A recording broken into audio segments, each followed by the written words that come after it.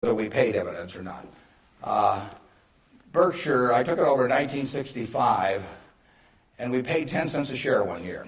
It happened in the late 60s. I can't remember it. I blocked it out of my mind. I must have been in the men's room or something, because that was the only dividend we paid. The determination is very simple on dividends. Can we retain $1 or $1 billion, or whatever the amount is, of earnings, and have that dollar become worth more than $1 in immediate present value? Now, even though it may not get used for a few years or something of the sort. In other words, is that dollar worth more than $1 if kept in the business? Forgetting about taxes entirely. Let's assume a total tax-free society in terms of dividends. And the answer to that so far has been yes.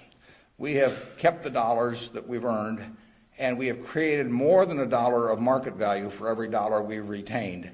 And as long as we can do that, it's silly to pay out $1, even if it's not taxed, and put it in my pocket, where it's still only worth $1 if I can create more than $1 worth of value in the stock. So we have done that now for a lot of years. It doesn't mean we can do it forever, but we've done it for a lot of years, and that is the test. And you will find in the back of the Berkshire Hathaway annual report, which we'll be glad to send to any of you. It's on the internet also. But you'll find in the back of the Berkshire report something that isn't in any other report that I know of.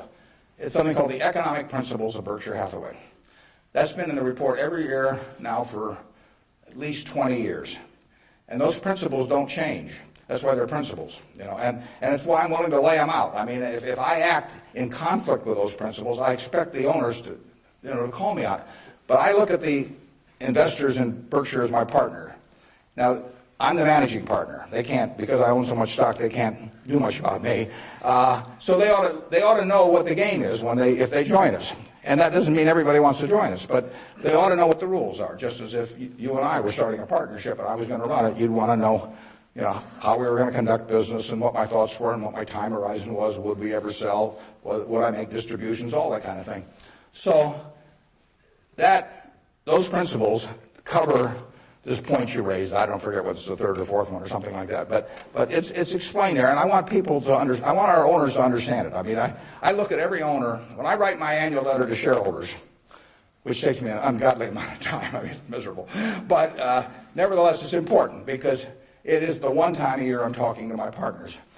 And when I started out, I actually mentally put Dear Doris and Bertie, because those are my sisters, and they have all their money in Berkshire. They're smart, but they're not financial types. I mean, they're not spending their time on that. And I essentially want to be talking to them as bright people who don't know a lot of financial jargon necessarily, but they're interested enough that they'll read a lot because they got all their money in it. So I don't have to worry about keeping it short or anything like that. If I'm talking about their money, I've probably got their interest, and I take that off at the very end, and then I take off Dear Doris and Bertie, I put to the shareholders of Berkshire.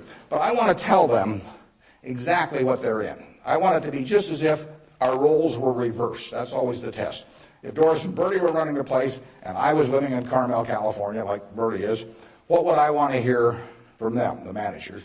And one of the things I'd want to hear is just exactly the question that you asked. What is your attitude about distributing money from the company? Because I get to make that decision along with the board of directors, and they don't. And some managements withhold money that really belongs to their owners because they like building a kingdom. Some of them, do it out of fear or anything like that. I think I'm doing it for a rational reason, and I want to explain that reason, but I tell them how to test me on that too, because I think I should be tested. And it's a very important relationship that really has deteriorated over the years, in my view, between management and owners. I mean, you've seen in the last 10 years a slippage, in my view, of the behavior of American CEOs. I mean, obviously, all kinds of exceptions, but it's very interesting because they're not crooks or anything, most of them. There's a few, and they've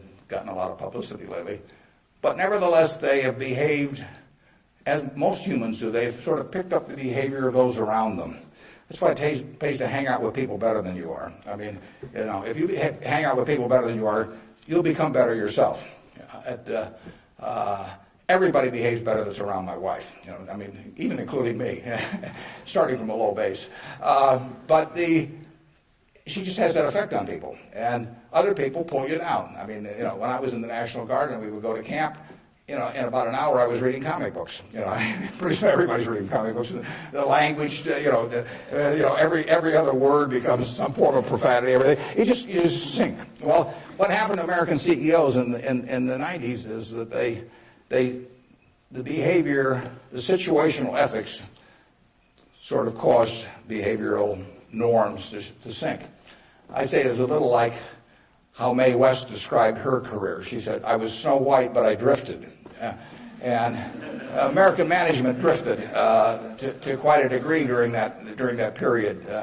I think it's very important, you know, what that relationship is. People have given you their money at Berkshire Hathaway or any other company, and I'm a trustee for them in effect. And then the question is, they ought to, since I control the place, they ought to know the yardsticks. So if you do go to our website, go to the back of the report, and there's something that says economic principles, and we try to discuss everything that's important.